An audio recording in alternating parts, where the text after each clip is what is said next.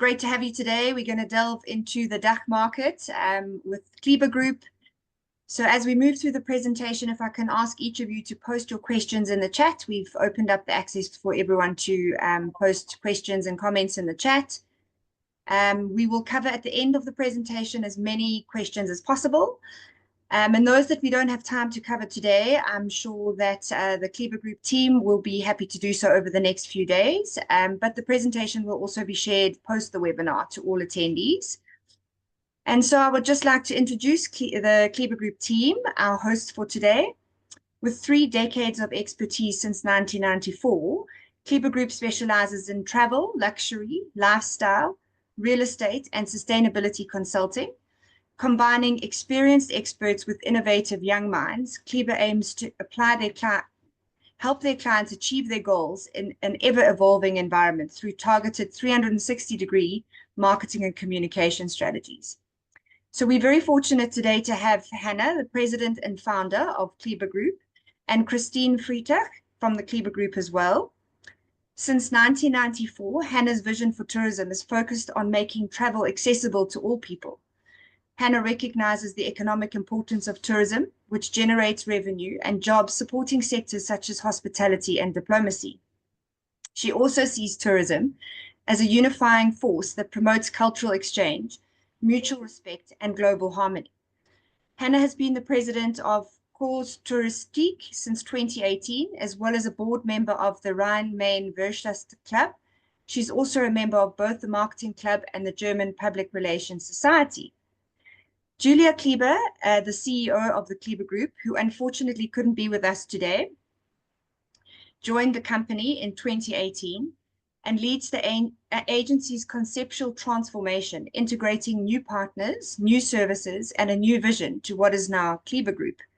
Travel is no longer exclusive, but inclusive, bringing positive tourism into the world. It's about connecting with cultures and people. It's about opening the traveler's mind so that they can immerse themselves in the destination, its culture, its people, and its environment. This creates great value and impact for both the traveler and the destination itself. Travel nowadays is a lifestyle. To introduce Christine, originally from Germany, moved to Switzerland in 2011 to complete her studies at a top Swiss hospitality school. Her career spans roles at luxury establishments like Alpine Gestad, Intercontinental Davos, and Zurich's iconic Beurre Lac, where she managed PR and marketing, including during major events like the World Economic Forum.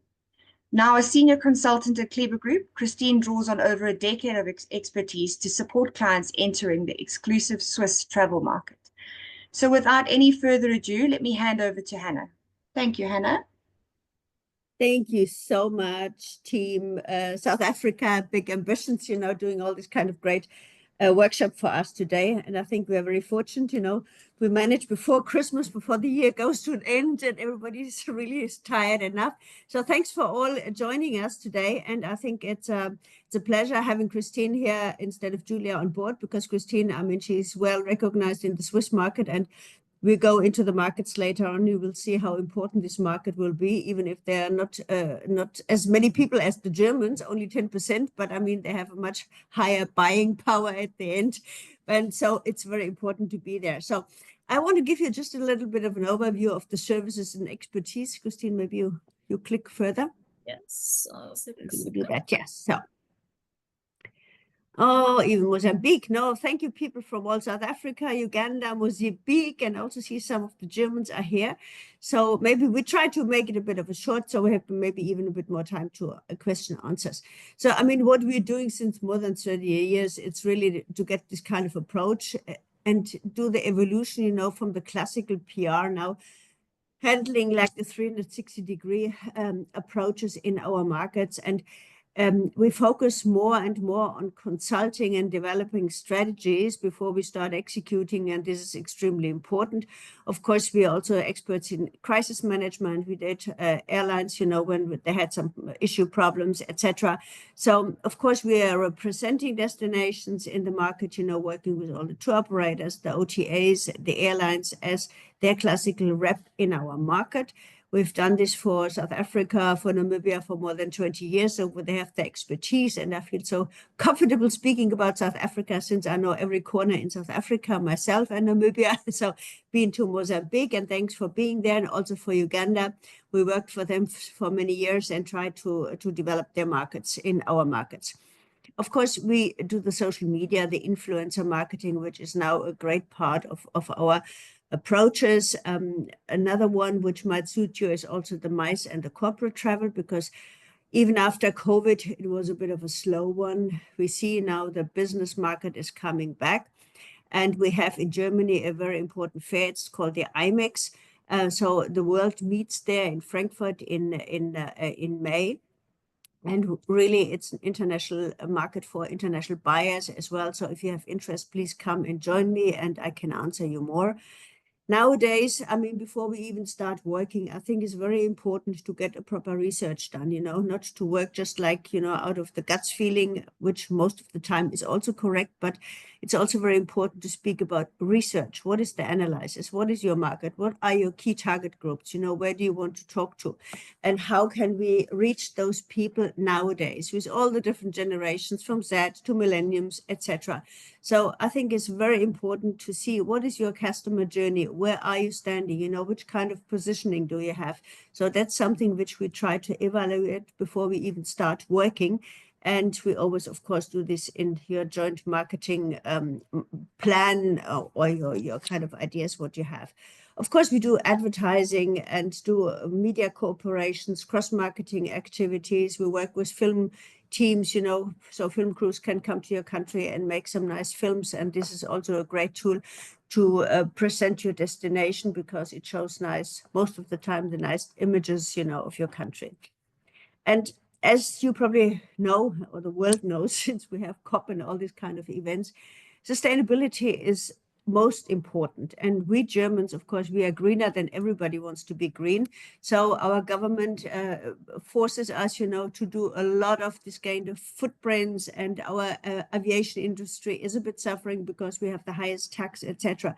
But the Germans expect, it's not something which they would like to discuss about. They expect that everybody has a kind of a sustainable approach in the market. And we support you in your strategy. How can you become a green destination? How you can become sustainable, for the future? And how can you really develop a sustainable program on the long run? Because especially when you speak about Africa, you still have the big potential. You don't have those big cities where it's hardly, to get any kind of improvements done afterwards. So we can start right from the beginning. So we have some experts on hands here and speak with all the associations also in Germany being responsible for this kind of green environment nowadays. Yeah, that's from my side. And the next one is speaking about the German-speaking market. We call it the DACH market, actually the German-speaking market. But as I mentioned, the German-speaking market covers about 100 million people. And it's a combination of like 80 something, for Germany. And you have about 8 million Swiss people, and you have about 8 million of Austrian people. So, which means at the end, we come more than 100 million strongly buying people. And then when you see the GDP and the population, of course, the Swiss market has the highest buying power. They have double the income than we have, but they also have a very strong and high cost of living on the other side. Austria, it's a mix of those people also started traveling since many years, because normally they would stay in their own beautiful mountains, but nowadays they're also traveling. And the Germans are, some sort of the world master, as we always call us in travel. Now it's the Chinese and the US, because they're just many more people as we are. But we are the Germans spending the most and staying the longest time in the markets. And it has been after COVID, when everybody was really some sort of down, all these markets. It was really the next year, it was really some sort of in 20. People packed their suitcases, and the first thing what they wanted to do before they buy a car, before they buy a new washing machine, etc., they would travel. And this has not stopped since. Everybody wants to get out. And if you guys would be here now, the sky is gray, it's raining, it's snowing. This would be the nicer part in Switzerland, but in Germany, it's raining, it's cold, it's freezing. So what everybody wants to do, they want to travel. And this is the first motive, what the Germans would like to do. It's really the absolutely number one. And, according to the different targets group, the Z generation has a different motivation than maybe the millennials. But at the end of the day, everybody of this 80 million wants to go, but only 50 something are traveling because they can afford it. And we have a slide later on where it shows where they would go. But also for you to understand, like our Lufthansa group, because this is the largest aviation conglomerate, and they're covering Germany, Austria, because Swiss and Austrian and all these airlines, and now ITA, the Italian one, belongs all to the Lufthansa group. So they have an immense power in the European market, and they are part of, or they are the founder actually of the Star Alliance. And they're flying, to South Africa. They're flying to a lot of destinations on the African continent. And from Zurich, you have now Edelweiss. This is a smaller one. It's actually a leisure charter airline. It's like Discover, which is a partner or is a sister company of Lufthansa. So they put a lot of this kind of vacationers into these airlines. And Edelweiss is a beautiful growing airline next to Swiss Airlines, going also a lot to Africa. So, those are some statistics, we have come back with like, I would say 25% still have this kind of domestic travel in Europe. And I will come to another slide later. And I think it's very important to see that all the international market travel into Europe is like 24% of intra-regional travel across Europe, because Europe, you see a beautiful map here. This is Europe, and we have a lot of countries, also Spain, which we're also working in. We have an office in Spain as well, in Madrid.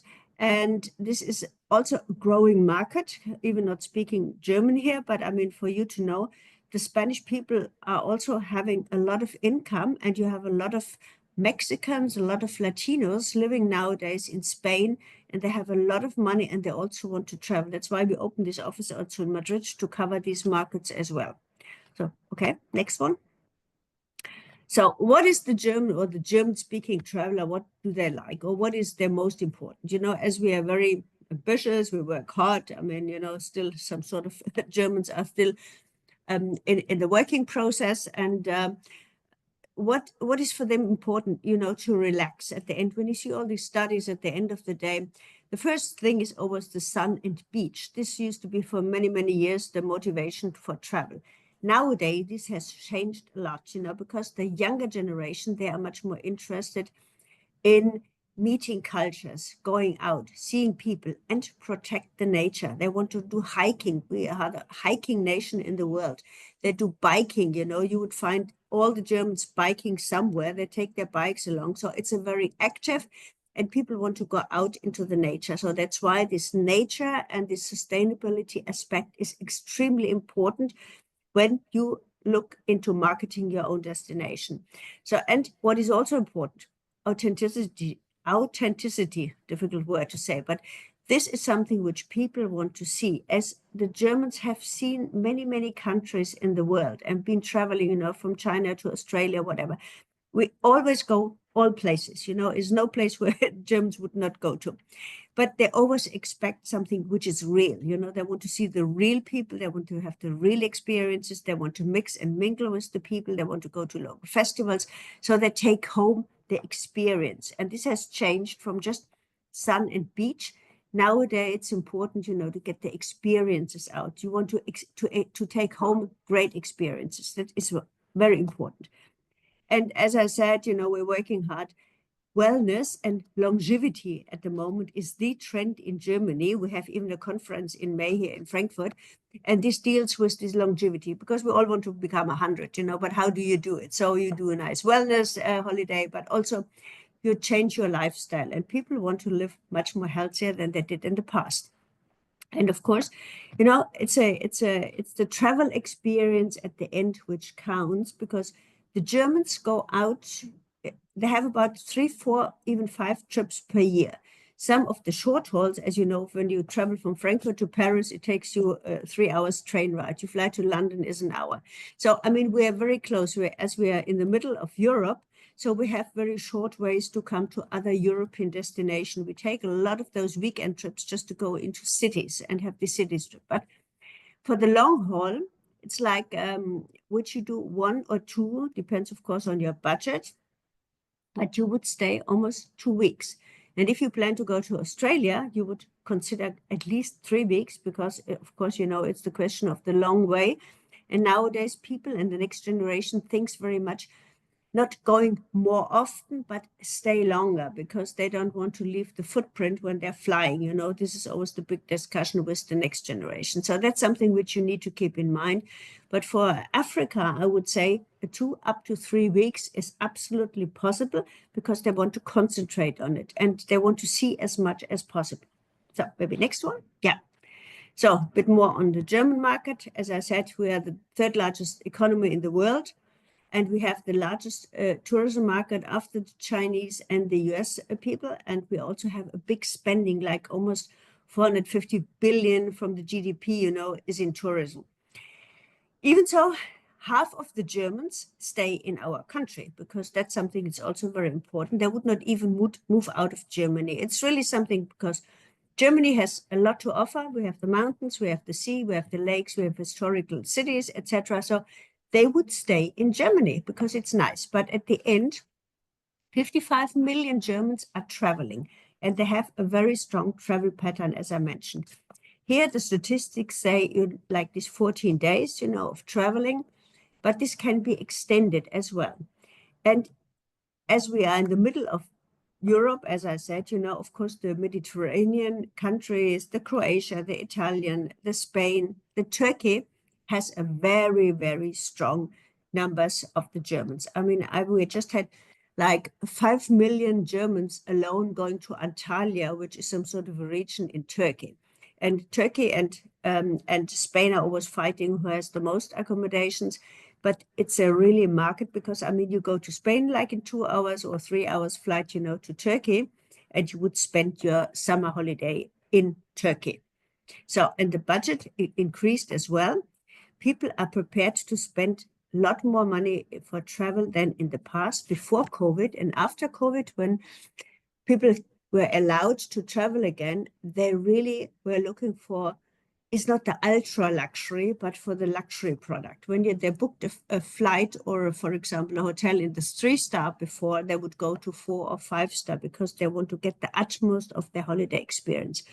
And of course, they had saved a lot of money not traveling for almost 3 years. So they really spent a lot of money. At the moment, it goes a bit back because we have a bit of a, I would say not a really economic crisis in Germany, but you know, our market is not moving as fast as it should be. But nevertheless, it still works. So we have like spending a plus of 20%, you know, from the German market, and like 72 billion. I mean, this is really a lot of money where people spend in all different markets. And for you to understand how our market functions, here is a statistic from the DAV, which is the German Travel Association with all the tour operators and travel agencies. In Germany, you have like 2,700 tour operators. And the travel chain, you know, functions that they sell to the travel agencies who are the ones selling the product in their you know, in their shops, whatever. If it's online or offline, but both are selling. And when it comes to Africa, people need this kind of confidence and also the insurances, you know, which comes with a package tour. So people would buy it. And in Germany, you have roughly never ever properly calculated because you have every day some newcomings, but we have roughly 10,000 travel agencies alone in Germany selling the product. So for your marketing strategy is very important. You need to train those people on your product and to inform them, because how would they know what you have to offer? Because the world is your competition, because they all would go to the same travel agencies, you know, trying to sell their product. So that is something is very, very important. And people, the younger generation tends to do a bit more booking with the OTAs, you know, the booking.coms, etc. But when it comes to a long haul to Africa, which they don't know the product, they would still go to the travel agent to really to get the consultant for the booking process. So, and here that's a quite interesting one. Unfortunately, I cannot do better, but I mean, if you see, especially when we speak about Africa, the long distance is about 9%, and this hasn't changed since many, many years. The rest goes to Mediterranean destinations, staying in Germany, going also to new destinations like Scandinavia, because Scandinavia with the climate change is very attractive. It's not so hot like Spain. So there's a bit of a trend, people going, and we see a nice increase there. But the long haul is only 9%. And to Africa is 0.4, because the 9% cover all Asia, cover all, as I said, Asia Pacific. It covers all America, and we have still strong travelers going to the United States for travel. And for Africa, we still have a huge potential to get the Germans traveling to Africa, because it's still a small number. And Africa is not known. And unfortunately, the Germans still think Africa is one country. So that's something we're always hardly working against and trying with our initiative for the Voice for Africa, speaking for the 55 African destinations. We have a special website designed for that one, but it's really to understand what is the difference for the African countries, which you have with their different cultures, with their different products, etc. So that is mostly important, so you understand how these travel patterns work. Christine, next one. So another important one is the cruising. I mean, we have nowadays very popular also the river cruises, but of course the high sea cruises is going very well, because that's an easy one, and you see families go a lot. And of course the senior, we call them a bit the silver hair, they love to go on cruises because you only pack out your suitcase once and you see the world. So that is a thing which I think is important. But it's not always beneficial to every country, because some of the countries pulling out now with the cruise ships, because when they have 5,000 people flooding in their cities and just buying an ice cream, it's the question, is it worthwhile, to invest all this money, because you have to clean it up afterwards. So that's an endless discussion which we always have. Thank you. That is even more. Yeah. Okay, Christine, as I said before, it's still, getting out of your daily routine, sun and beach, but we see nowadays it's really getting more into the experiences, getting to know the people, meeting with the cultures, just learning something new. And that's something which I think is most important, present something new. And Africa has a great potential on that one, because going to those places which you, of course, never find in Europe or you don't find in America, Africa is very unique with its product. When you see the Mozambique beaches and you see Uganda, the gorillas, that's something which you take home. That's something for your lifetime. Yes. What more? So, and now we go to the famous Switzerland. Yes. So also welcome from my side. Broadcasting live from beautiful Switzerland, which is also very, very gray. Yes, so I've been living in this beautiful country for about 13 years now. I'm based in Zurich. I'm part of the Swiss team of KLEBER Group. And so within my time, 13 years here, I came to love the country and also to learn about its differences from Germany, and also very specifics. And yeah, let's dive in. I also tried to be quick. I could, of course, talk hours about this very interesting travel market. But so if I skip an information you see, I'm happy to come back during the Q&A. Also, just for reference, the most of these numbers are from 2023, because unfortunately the numbers for 2024 are not in yet. And to ensure some consistency, we are working with the 2023 numbers, except when I state so. So first thing comes to mind, Switzerland. This is of course money, and this is not only cliche, this is true. So according to the UBS, which is the largest bank in Switzerland, wealth report, Swiss people are among the richest, or are even the richest in the world, but which is already good news for destinations. But even better, Switzerland is growing in comparison to other European destinations. So we have a growth of around 1.5 to 1% every year, mainly due to migration from other European countries, so Germany, like myself. which is also good news because there are going to be more Swiss people that can travel. And all of these factors that make Switzerland a highly sought after travel market by many destinations. So, and good news is that Swiss love to travel and travel often. So in a nutshell, this year, in 2024, the average was 2.3 weeks, so more than other European populations. And of course, if you stay longer, 2.3 years, you also spend more. So, and this is of course very welcome, also from a sustainable point of view, Swiss staying longer in one destination. Favorite destination is beach, which I think is easy to explain since unfortunately we don't have a sea here. We have beautiful mountains, but not the beach. So the Swiss, majority of the Swiss, 60%, if they go on vacation, which they normally do at least twice a year, one of these vacations should be a classic beach vacation.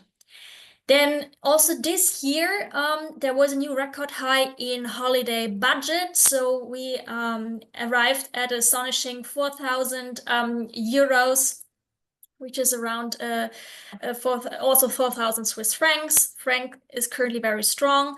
Also very a good excuse to travel for Swiss people. So yeah, we're looking at 4,000 for a household budget, which is an increase of 20% from the year 2022. So even though costs are rising, also for the Swiss, there's also effects on the economy due to the inflation. The Swiss consider travel not a luxury, but a necessity. So it's a market that is very stable and very reliant. And also one factor why the Swiss are very popular is their sustainable consciousness when they travel.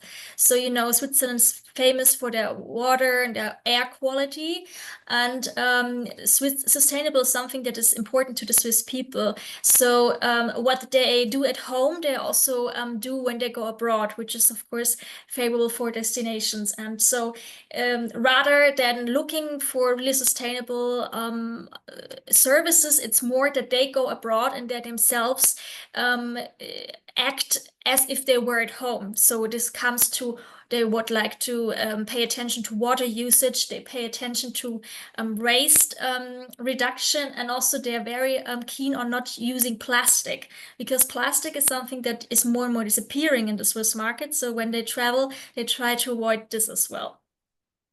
So, but let's talk about the most important factor for the market is the money. So according to the UBS Wealth Report, the average Swiss person in 2023 had 685,000 dollar in this case of financial assets, including also real estate, so it's not cash only. So this is of course an astounding number, but when we look at the millionaire density, this is even more interesting because, as I mentioned, Switzerland is close to the 9 million. And from this, and this is really the report from the UBS, from these 9 million, we have $1.1 million millionaires. So if you compare this with Germany, who has a population of 80 million, in 2022, the number was only 2.6 million millionaires. So you see there is a high wealth concentration in this small country. And even if you consider and you look at this map, half or even more than half of the country is covered in mountains. So people are living in the 5 big cities that we have. Of course, Zurich is the financial district, so this is where most wealthy people live. And then, of course, you also have on the French border, you have the Geneva Lake region. Lake Constance is at the border, also a wealth destination. And then in the Italian-speaking market, you see a little bit of green down there. This is the Ticino part, beautiful Lago Maggiore. So this is very important to know where, if you want to attract these travelers, these wealthy travelers, where you need to market. As you've seen on the map, Switzerland is, in comparison to Austria or Germany, a country where 4 different languages are spoken. The 3 main ones, German, French, and Italian, and you really see the differences in travel behavior.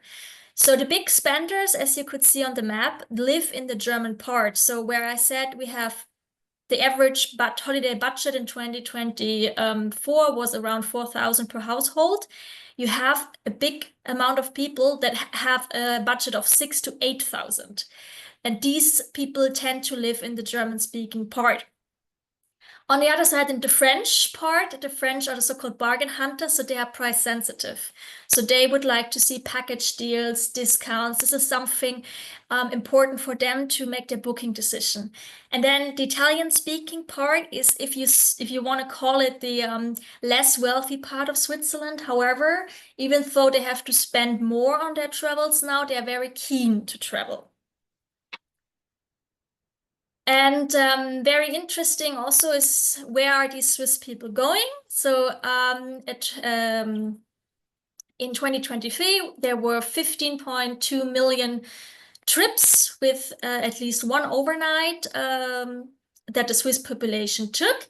And very interesting is that in 2023, they dreamt of going to, and unfortunately it's in German, but I translate, Japan was #1 dream destination. You have South America, Canada, USA, Scandinavia, Asia. Asia, very, very attractive for Swiss people. But where did they actually go? Italy, #1, France, and Germany. So the neighboring countries. And this is one report that was already published this year already, and it is the same for 2024. So it's going to be very interesting to see how this trend develops. If the Swiss keep on dreaming, or if they really then increase also the amount of long distance travel. So just some trends, sustainability I already talked about, and this is of course also due that the Swiss Tourism Board is a pioneer in sustainable efforts. Of course, Switzerland is a country that's also going to be affected by climate change due to the skiing tourism, which is, the effects are already, you can already feel it now. So they launched their own sustainability concept, which is called Swiss Sustainable. So of course, what the Swiss experience at home, they also expect when they travel. So again, it's the waste reduction, it's the water usage. These are things that Swiss travelers take into account or take a look at. But however, the #1 concern for Swiss travelers, which is reported by Swiss tour operators like Kony, is safety. So safety is still the #1 concern when going abroad. But this year, there were a lot in the Swiss trade media, a lot of discussion about the topic of over-tourism. So already a third of the Swiss population is considering avoiding destinations due to over-tourism. And this is a trend that's supposed to grow. Half of, more than 50% are saying, well, I would like to visit destinations that I used to go in summer rather in spring or autumn. One is because of the over-tourism, but secondly, it's mostly because of the heat. I mean, you maybe have heard that it was another record high summer, unfortunately, for a lot of European destinations like Italy, Spain. So there is a rethinking of the Swiss people, and 30% even say that they will look for other destinations in the northern parts, where it's cooler summers. Whole coolcation trend is very big in the market. And then this is the most interesting number, is that 30% of the Swiss travelers that were asked say that they are afraid of natural disasters happening during their travels. So there were reports about the wildfires, the floods, and so on, and this number has doubled since last year. So people are really aware that the climate change has effects and are now considering this when choosing a destination. Let's jump over to our beautiful neighbors.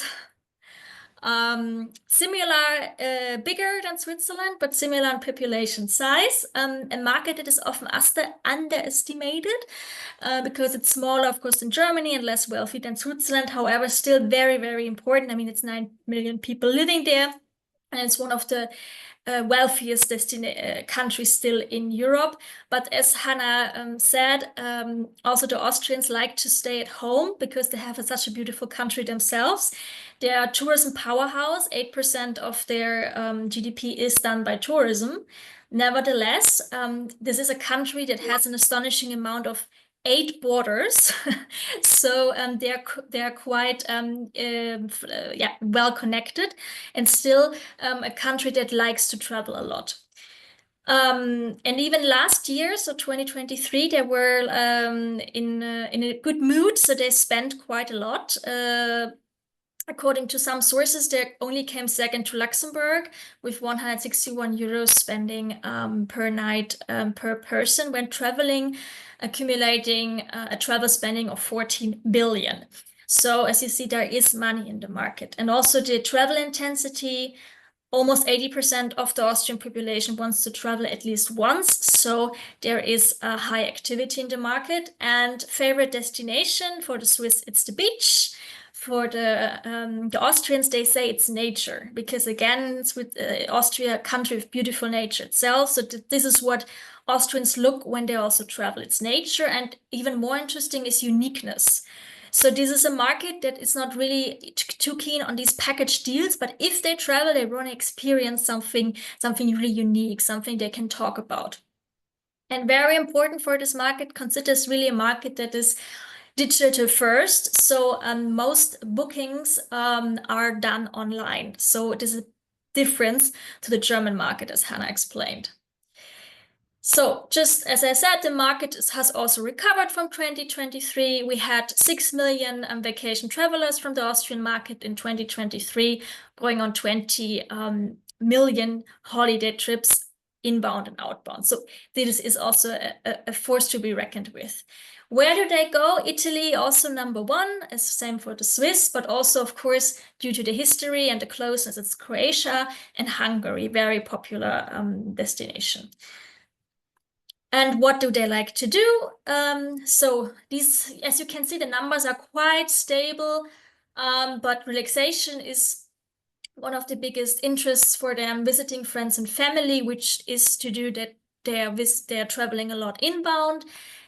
And the city trip, sightseeing, this is, I think, a trend we've seen also in other markets. This is really booming, going to Budapest and these cities. This is really something that, is growing, as you can see over the years. This has been the highest since in 2023. Sorry, one thing, the Swiss travel the longest and the Austrian the shortest. So they take a lot of short trips, which is, of course, in Europe or inbound. And if they travel abroad, they tend to stay an average of 6.7 nights. So yeah, this is a market that travels a bit shorter. And this is one of the main differences, basically, you can see with Switzerland. What if they go on holidays? Where do they stay? They're really, Austrians like to stay in hotels rather than apartments. As you can see here, the most consumed travel products are hotels, and they also like to be independent. So most of the trips that they take abroad, over 60%, are organized privately and online. So it's no wonder who's the #1 champion for the Austrians is Booking.com. So if you want to be active in this market, you really need to see, okay, how we need to deal with the OTAs, because yeah, you can see the classic TUI is only on 8%. So yeah, it's really a market where digital first strategy is absolutely necessary.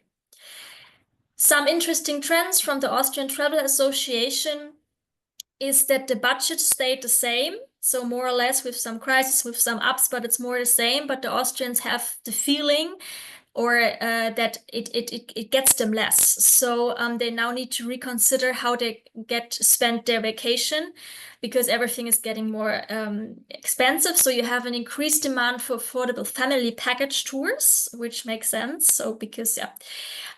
But there's also, of course, there's also a counter movement. So people have less money, so they say, okay, maybe I travel less often, but I want to invest it in something that, and this is a quote from the Austrian, I'll try that once mentality. So of course, this is great for all kinds of things that people say they do once, a safari, for example. So there's a longing to do these things, even if they have less funds, they want to spend it on something that is really unique and outstanding. And this is a matching, it's a rising interest in individual adventure trips and niche experiences. So rather than going to Mallorca for the 6th times, they really saved that money and invested in more high budget experiences. And of course, sustainability also important. Similar to the Swiss market, regionality very important. So they want to support regional offer. They want to enjoy local cuisine. Also here, they're very aware of waste reduction, water usage saving. So also the Austrians market or tourists that you want to have, because they're very aware that they do not want to badly affect the destination they go to. And also, as maybe other reports have shown, certificates are not that important in the booking decision. So it's really what they experience at home, they also want to see in other destinations doing. So now let's move on to a segment which is of course present in all three markets, even though Switzerland maybe have the largest amount of this, is the luxury travel market. You have a lot of studies on the luxury market, but KLEBER Group actually did their own study on it to see, okay, what is really going on in the DACH market with this segment. So in Germany alone, you have 8% of so-called high-spending travelers. You say, okay, 8%, but if you calculate it from 80 million, that's over 6 million travelers, so it's quite a lot. And this group is, they travel, of course, more often, up to, on average, 3 times. And they stay longer, also 11 days. I mean, this is now calculating all destinations together, and their spending is of course also in another dimension, going from 3,000 to 10,000 per trip. So of course this is highly interesting for all long distance destinations. So what do they want? I mean, I think we can all think of that. They are keen on travel customization, so they don't want the standard package. No, they want something special for their money. Interesting, they're willing to pay more for sustainability, but if it improves their experience. So they want to see what they spend their money on. And interesting also, most of them are willing to increase their set budget or even extend their stays if they like it. For example, they're willing to spend up to 6% more on gastronomy offer. And in comparison to other segments, if they like it, they stay. So very interesting for destinations to get the most out of this market. Loyalty programs always ask, so it's only a very low share of this segment that is part of loyalty programs. However, very interesting, if they are part of it, then they're repeat customers. So interesting to consider. If you get them there, then it's very likely they will come back. And also interesting for these offers, they're not price sensitive, which is logical. However, they are more interested on things like upgrades and customized offers. So if you want to attract them to a loyalty program, rather use these kind of incentives. And how do they book? So I think it's also expected. We also noticed from the American market, a large share, they want to have their very own travel program, which is compiled by a travel agent. They want the best of the best. So this market is definitely something, or this segment is something that where tour operators and travel agencies, especially luxury agencies, which there are also if few or not too few in the German market, Windrose, for example, where these are the perfect partners to attract this kind of clientele. And if they book online, which is only a few, or directly, it's mostly only the accommodation. So let's then jump in to the trends, which are back for all. I mean, TUI is the largest tour operator in Europe. They have released a trend report, and also did Expedia Group. So I think these are sources we can trust, and reports are based on what they see travelers booking in 2024, but also booking for 2025. So over tourism, which I already mentioned, especially in the Swiss market, is aware. So we believe that, or the tour operators believe that now is the time for destinations who still have capacity. So now is the time that travelers are actively looking for alternatives to the best sellers. Leisure and hybrid work, this is a residue, of course, of the COVID. So something that is really interesting, people having realized, hey, I can travel and work at the same time. So this is, of course, great. So they can travel more often. They don't need their holidays to spend on it. Astrology-inspired travel, very interesting. This is actually a trend coming from Gen Z. It means that you base your travel on your zodiac sign. It's a bit new age, but it's really something that we can see TikTok is really having an effect on all of us, even if you're on it or not. So this is something that also the media is picking up. We already have requests saying they want to write about these destinations. And yeah, so this is something very interesting to see at the end of 2025, if this was really like, if people really went with it.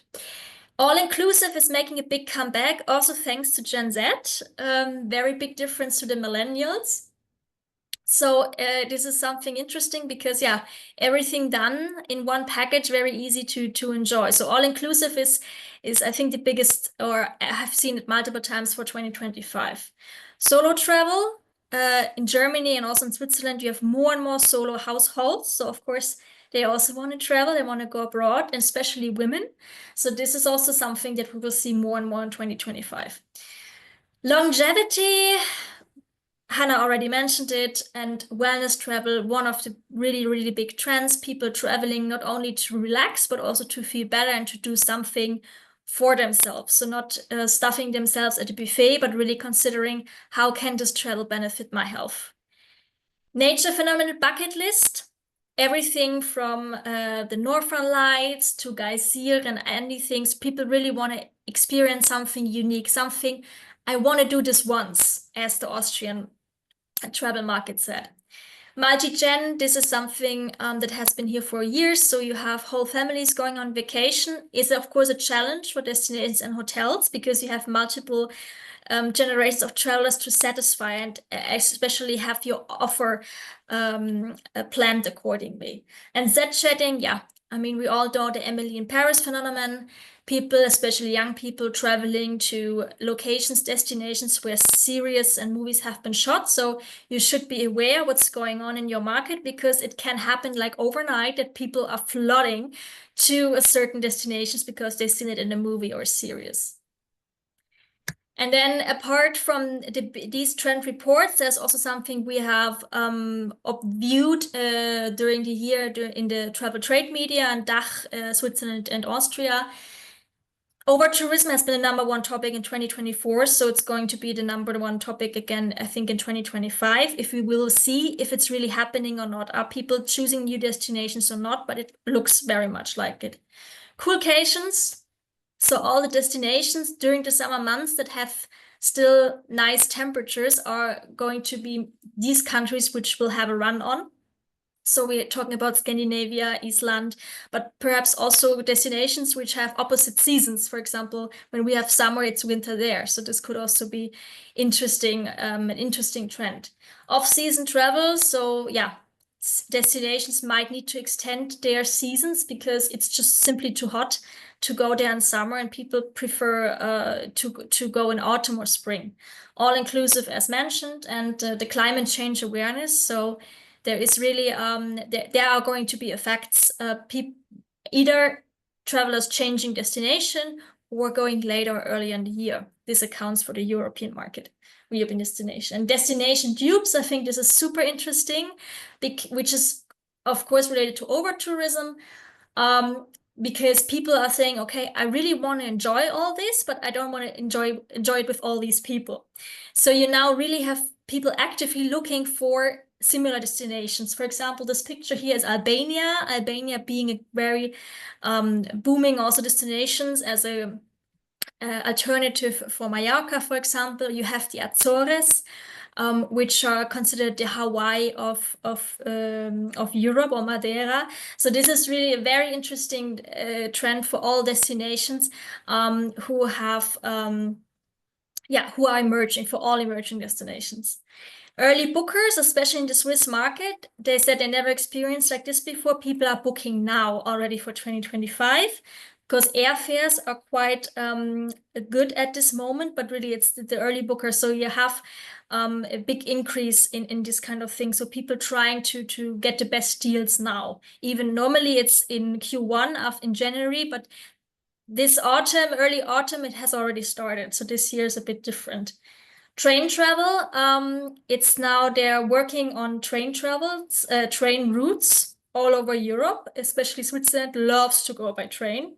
Train is the favorite tool, and there was supposed to be a train going from Zurich to Barcelona. So this is some distance.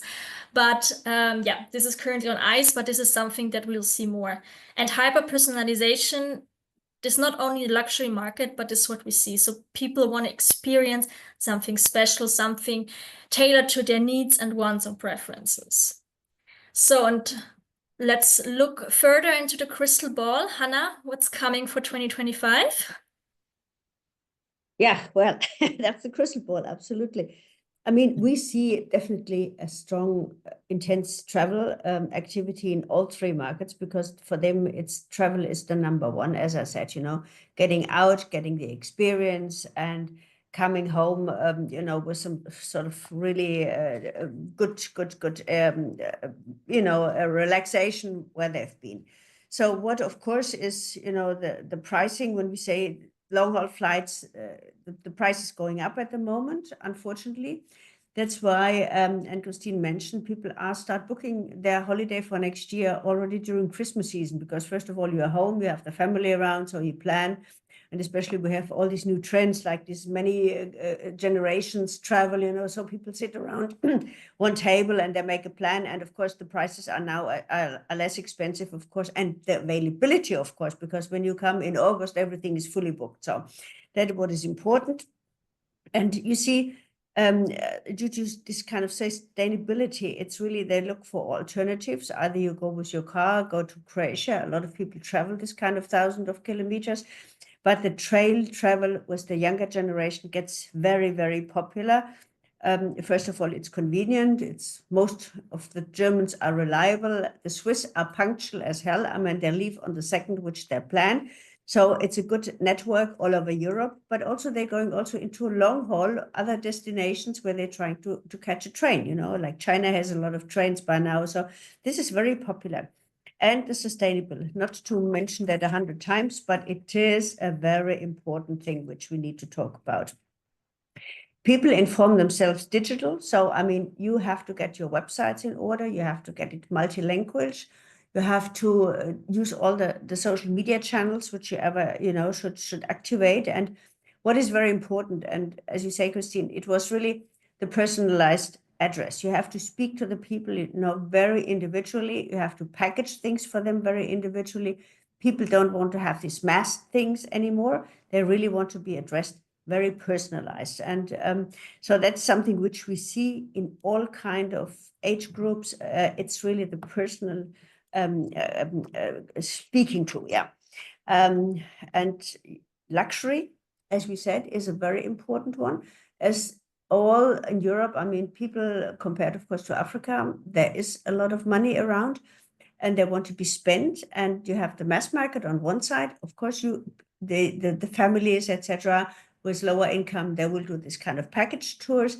But they also look for maybe round trips, the experience having kids like from 6 years age, which they can go to the safari parks, which they're allowed on the car. So those are options. And this multi-generation, I think that's quite interesting when you have the grandpa with the kids, and the family all together going into Africa and having a great time. So that's something which we need to consider, and we need to see, not to over-exaggerate with the prices, but it's always this kind of value for money in whatever range you are talking about.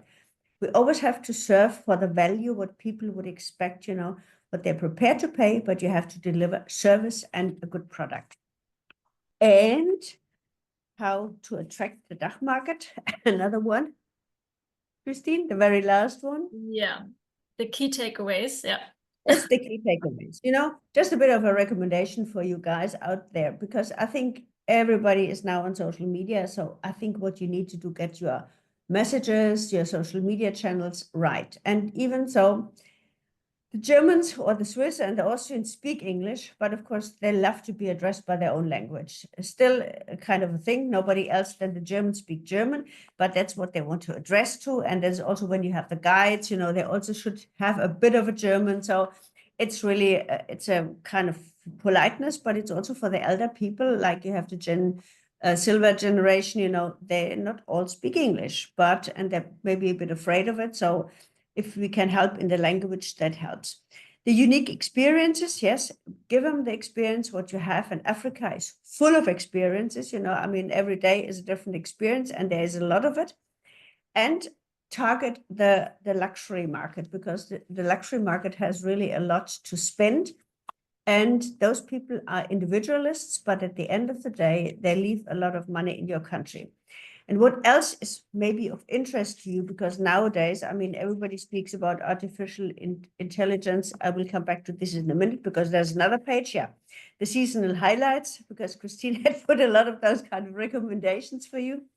Get the people a bit on the shoulder seasons, not on the main season. First of all, it's less cheap for the people and you can get, you know, elder people. We have in 2030, we have 14 million Germans getting out of the working power because they retire. So by 2030, you have 14 million on top who have the time and money to travel. So this generation is still very fit. It's young, it's active, you know, it's good in good health, and they have the money, and they don't need to travel in August when all the families need to go on holidays due to holiday season. So this is extremely important to keep the seasonal the seasons a bit stretched, because then you can work nicely against this over-tourism phenomenon. Sustainability, not saying again, it's a must and it's something which is expected. We don't even need to talk about. And then as I said before, it's this family-friendly travel. Multi-generations is a new trend, because normally in your workforce, you don't have time, you know, to see your parents, etc. So the whole family goes on travel. And again, maybe we should add this here as well, Christine, it's the solo traveler. As half of the households, you know, in Europe somehow divorced, died, whatever. So, but we have a lot of solo travelers and a lot of tour operators offering now solo travel. So this means, you know, you have to take care of these people.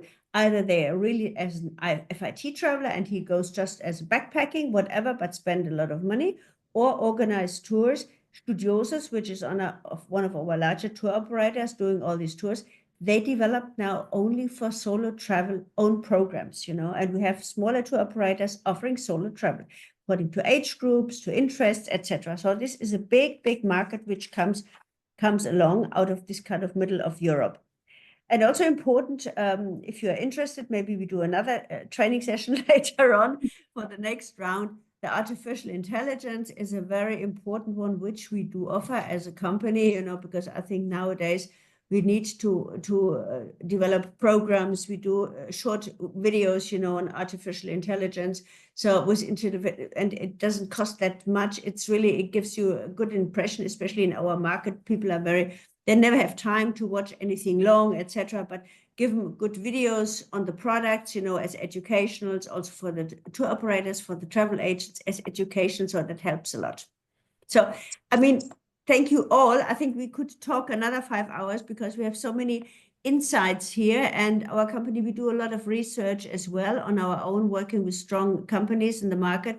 So we learn a lot every day. And as I mentioned in the beginning, we don't take activities before we have done the research. You know, what is the right strategy? What is the right positioning? What is the product? You know, is the product right for the market? So we can help you to develop the product which fits into our markets and which has some sort of, again, a sustainable last, you know, for the next generations. And this is important. And especially Africa has such a big potential and one can do so much more. But there is not enough activity and not enough presence in our markets, even if you have tourism board, but I know they have limited budgets, you know, and they probably don't know the right people, you know. Work with the right media, work with the right influencer, and work with the right tour operator. This is very important, you know, because these are the one buying the product and selling to the customized travel agent. So it's a whole process which you need to understand to be successful in our market. And happy to help you and send us all your quotes and information, what you would like to have. So happy to support you, because we are Africa fans, I work in Africa since 40 years. So thank you, everybody. And of course, we take questions if we have another few minutes. How do we do it? Yes, thank you, ladies. That was really insightful. I think I'm with the Swiss market on travel being a necessity and not a luxury, 100%. Almost out of time. We have one or two questions. Yeah. Those of you, we've got a couple of minutes left before our webinar ends. We could possibly attempt to answer these. Any questions that come in once we complete, I'm sure that Christine and Hannah will be happy to answer for you. And as I said at the beginning, we will be sharing the presentation as well. Yeah. Fatima has asked, what is your plan visiting Ethiopia and Dubai in the near future? Me, I've been to Ethiopia many times. So, I mean, it's always, I know the product very well. So I worked for the Ethiopian Tourism Board and for Ethiopian Airlines for many, many years. So I helped them to position this kind of strong presence in the market as they're now. And the other one was Ethiopia and? Dubai. Yes. I've been to Dubai many times. Well, it's not really Africa, but we're also happy. I'm there regularly for other clients, but happy to have any meetings. I mean, I think we can put our contacts, of course, and you can definitely send us some kind of questions or for personal meetings, or we do a Teams call together. Absolutely fine with us. So happy to answer all your questions. Great, thank you. I think we're out of time. So Hannah and Christine, thank you again. Thank you to all our attendees for joining us. It was lovely to have you all. And we will connect you with any additional questions that come through. But thank you. Have a good rest of your day wherever you are in the world, and take care. Absolutely. Thank you. And auf Wiedersehen, as we say here in our markets, or grüezi, Ade merci. Thank you so much, ladies. Okay. Und tschüss. Yes, okay. All the best. Bye-bye. Bye.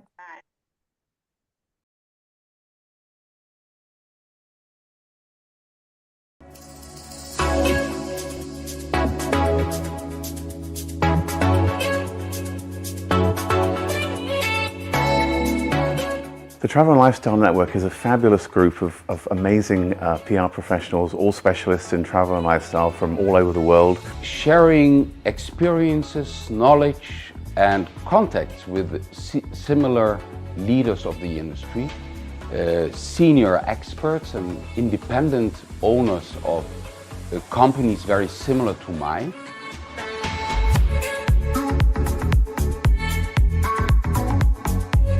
Industry is constantly changing, and I think one of the things that I've been so impressed with by my fellow members is their ability to adapt and change as the industries change, both the travel and the public relations industry. It's sometimes very lonely running your own agency, and to know that you have people who are going through exactly the same thing as what you are going through, to be able to ask them questions and then for them to bring a global perspective on something that you are grappling with in your own local market. So I really enjoy the collaboration that we share. What's been really rewarding is to see in recent times clients not just coming to one agency, but actually coming to the network for a global solution. And I think as we continue to grow and bring really exciting, dynamic new members into the fold, that's going to increase on an ongoing basis, and we're really excited about that. The key word is sharing.